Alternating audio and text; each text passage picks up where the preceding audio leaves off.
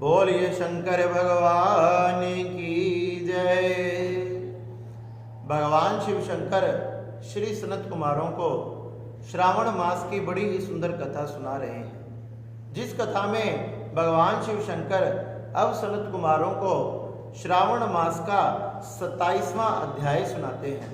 भगवान शिव शंकर सनत कुमारों से कहने लगे कि हे सनत कुमारों, श्रावण मास में कर्क तथा सिंह संक्रांति में जो कार्य होते हैं वह मैं तुमसे कहता हूँ, उसे भी आपसे कहता हूँ। आप ध्यान से सुने।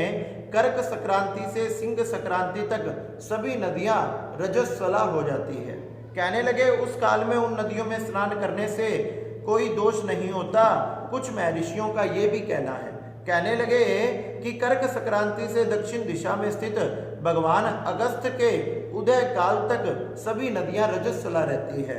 ग्रीष्म ऋतु में भूमि पर जो नदियां सूख जाती है वह अल्प जल वाली छोटी नदियों तक रजस्वला रहती है। कहने लगे अपने आप जिन नदियों का बहाव 8,000 धनुष अथवा 32 हाथ नहीं हो, उन नदियों में नदी न कहकर उन्हें ग्रत या गहड़ी शब्द कहा जाता है। कहने लगे कर्क संक्रांति के आरंभ में महानदियां रजस्वला हो जाती है। जैसे स्त्रियां 3 दिन तक अपवित्र रहती है, चौथे दिन पवित्र होती है, वैसे ही ये महानदियां भी 3 दिन तक अपवित्र रहकर चौथे दिन शुद्ध हो जाती है। कहने लगे हे महामुने, अब मैं इसका वर्णन करता हूँ, आप सावधान होकर सुनो। गोदावरी, भागीरथी, तुंगभद्रा, वेणकी, तापकी, प्योष्ट ये 6 महानदियां हैं जो विंध्या पर्वत के दक्षिण में बहती है। भागीरथी, नर्मदा, यमुना, सरस्वती, विशोका तथा वितस्ता ये 6 महानदियां देव ऋषि क्षेत्र के से प्रादुर्भाव हुआ है। देविका, कावेरी तथा वंजरा, कृष्णा ये 4 महानदियां कर्क संक्रांति के हो जाने पर एक दिन के लिए रजस्वला होती है। कर्क संक्रांति के 3 दिन तक गौतमी नदी रजस्वला होती है। चंद्रभागा, सती, सिंधु, सरयू, नर्मदा, गंगा, यमुना, सरस्वती ये 9 नदियां नद नाम से विख्यात है।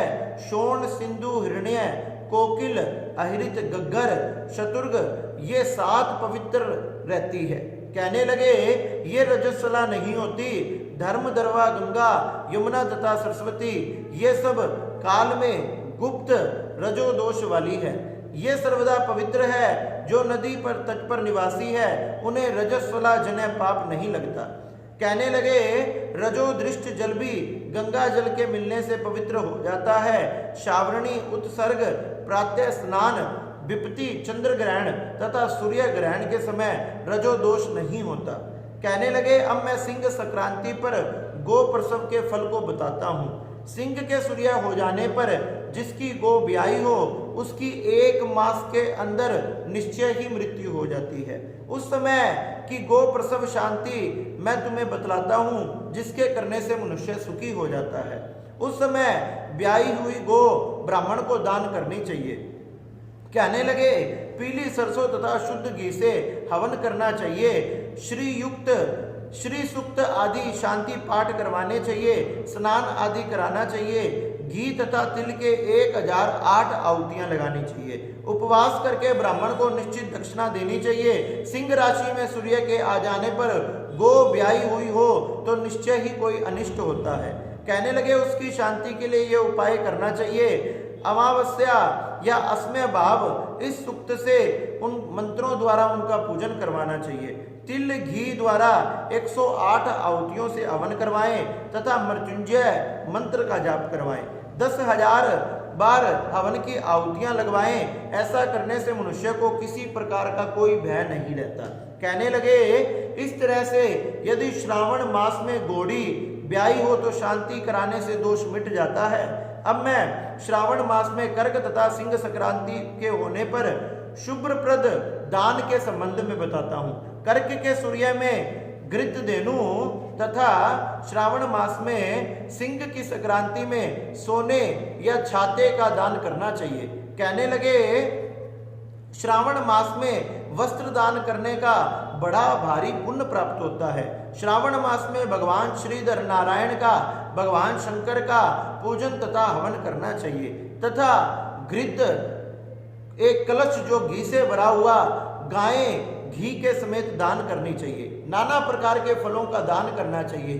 कहने लगे, हे सनत कुमार, इस प्रकार से श्रावण मास में नाना प्रकार के दान करने से मनुष्य की सभी अभिलाषाएं पूरी होती है और इस पृथ्वी पर समस्त सुखों को भोगता हुआ, अपने पापों को नष्ट करता हुआ अंततः मेरे शिवलोक में कैलाश में आकर निवास करता है। इस प्रकार से सनत कुमारों ने श्रावण मास में ये बड़ी ही पवित्र नदियों की कथा सुनी और सनत कुमार ये कथा सुनकर गदगद हो गए और भगवान शंकर की जय जयकार करने लगे। आप सब भी मिलकर बोलो, शंकर भगवान की जय। नमः पार्वती नमः। हर हर महादेव।